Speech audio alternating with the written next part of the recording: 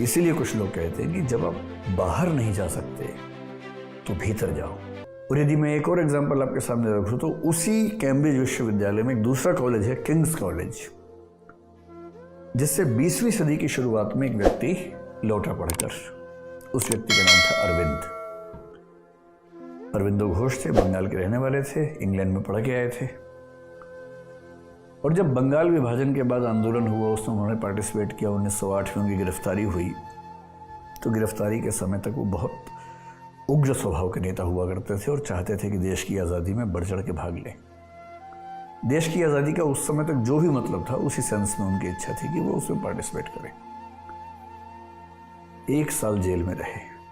और जेल भी कौन सी?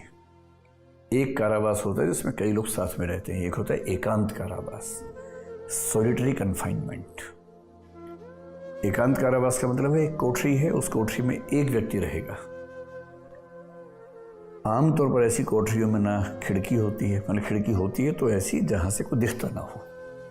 कभी आप अंडमान जाएंगे, जिस अंडमान की जेल में, सेलूर जेल में कई स्वतंत्रता सेनानी रहे, अगर आप उन बैरक्स को देखें, उन जेल की कोठरियों को देखें, हर कोठरी में एक विंडो है, पर विंडो से कोई दिखेगा नहीं। वो विंडो से केवल आसमान दिखेगा थोड़ा सा। निपट अकेलापन जिसको बोलते हैं, वो स्थिति होती है। 1 साल अरविंद उस निपट अकेलेपन में एकांत कारावास में रहे। उस 1 साल में उनको वैसे रियलाइजेशन हुए अंदर से, वो चीजें समझ में आई जो सामान्य जीवन में समझ में नहीं आती हैं। और जब बाहर निकले तो लोग उम्मीद कर रहे थे कि वो फिर से राजनीतिक कार्य करेंगे, पर वो बोले कि बस अब मैं इससे मुक्त होना चाहता हूँ। मुझे इस बात का एहसास हो गया कि मेरा मूल कार्य राजनीति करना नहीं, मेरा मूल कार्य अध्यात्म है, दर्शन है।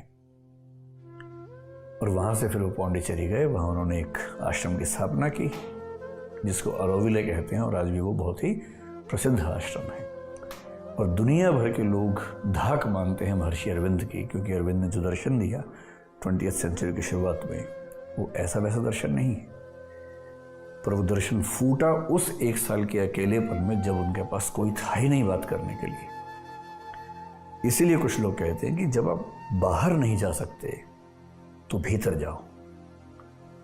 और एक शायर ने कहा भी है, जिंदगी में उसने बड़ी बात कर ली, खुद से जिसने मुलाकात कर ली। ये तो खुद से मुलाकात करने का समय है। और यदि हम इस समय को लेकर परेशान हैं, चिड़चिड़े हैं, बेचैन हैं, तो इसका मतलब है कि हम अपनी कंपनी को एंजॉय नहीं कर पा रहे हैं। मैं थोड़ी देर में से फिर से लौटूंगा।